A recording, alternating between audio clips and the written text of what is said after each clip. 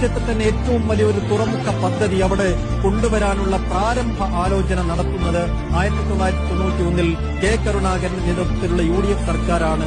AK Antony സർക്കാർ കുറെ കൂടി മുമ്പോട്ട് പോകുന്നു. ടെൻഡർ വിളിക്കുന്നു. കേന്ദ്രാനുമതിക്കായി AK ആന്റണി ശ്രമം നടത്തി.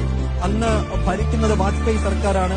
കേന്ദ്രം അനുമതി നിഷേധിക്കുന്നതാണ് കണ്ടത്. PS സർക്കാരിനും ഈ പദ്ധതിയുമായി കുറേയധികം മുന്നോട്ട് പോകാൻ കഴിയാത്ത ഒരു അവസ്ഥ വരുന്നു. ഉമ്മൻചാണ്ടി സർക്കാർ 2011 അധികാരത്തിൽ വരുന്നു. വിഴിഞ്ഞം പദ്ധതി മുന്നോട്ട് കൊണ്ടുപോകാനുള്ള ശ്രമം അത് ഉമ്മൻചാണ്ടി സർക്കാരിന്റെ തെരഞ്ഞെടുപ്പ് പ്രകടന പത്രികയിൽ തന്നെ ഉള്ള ഒന്നായിരുന്നു.